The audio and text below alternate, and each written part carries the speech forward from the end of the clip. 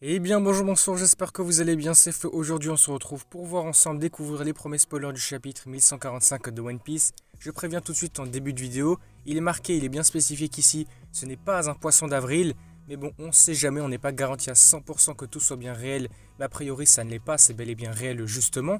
Donc avant que la vidéo ne démarre, je vous le rappelle, si vous voulez soutenir la chaîne sur la prochaine vidéo, n'oubliez pas de vous abonner. Et du coup c'est parti pour ce chapitre qui va être une grosse dinguerie, tout simplement. Donc allez, c'est parti. Dans le monde souterrain, Loki partage des informations avec le groupe de Luffy à propos des chevaliers divins.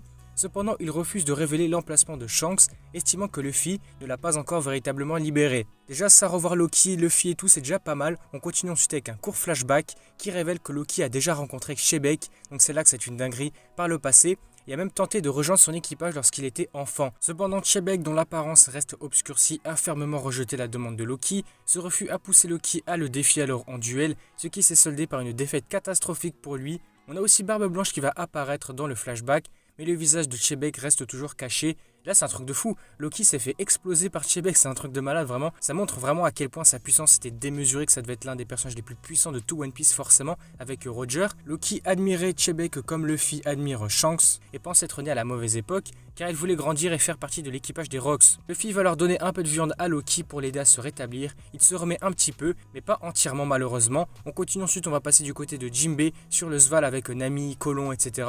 Donc Jinbei va mettre fin à l'incendie causé par Loki. Le chapitre se termine ensuite avec l'apparition de Gunko sur le navire donc Svar, se retrouvant face à face avec les pirates de Colon. Et là oui, ça commence à devenir vraiment hyper intéressant. Gunko qui apparaît peut-être mettant en place là un duel prochainement dans le prochain chapitre, ça sera un truc de fou. Jinbei contre Gunko, ça sera un truc de fou. Après on aurait Nami aussi qui est là, on avait Usopp aussi, Robin je crois, avec Colon. Peut-être vraiment qu'il y aura un affrontement, un truc comme ça peut être vraiment pas mal de voir ça. Justement, pas mal de personnes le disaient, théorisaient justement, est-ce qu'on aurait finalement un affrontement contre Nami? Est-ce que ça serait Nami contre Gunko? Parce qu'on l'a vu à plusieurs reprises pas mal de fois au cours de l'œuvre. En fait, souvent, Nami se retrouve face à des personnages qui ont fait du mal aux enfants, et donc là Gunko le fait justement avec ses flèches, car elle les manipule justement à les faire marcher à différents endroits, les faire se blesser entre eux, etc.